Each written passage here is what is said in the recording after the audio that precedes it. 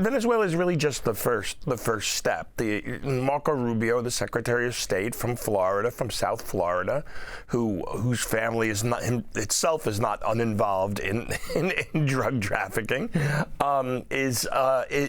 sees it in very ideological terms. He's Cuban, and for whatever reason they see Venezuela as the first step of finally bringing down the Cuban Revolution. Latin America really is on a kind of knife's edge between the left and the right.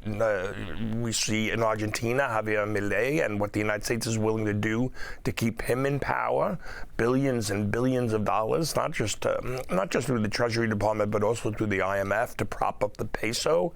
Honduras, there's all sorts of machinations going on there in terms of the election that the U.S. was involved in, and so that really leaves Latin America divided, almost unprecedentedly divided. And this is in the larger context of a dramatic reversal of U.S. foreign policy.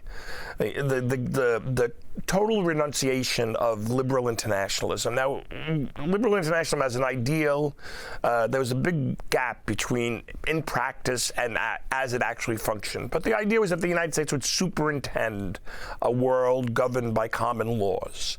The Trump administration announced in its national security strategy document, which it put out last week or a couple of weeks ago, that the bipartisan consensus that came out of the Cold War has failed.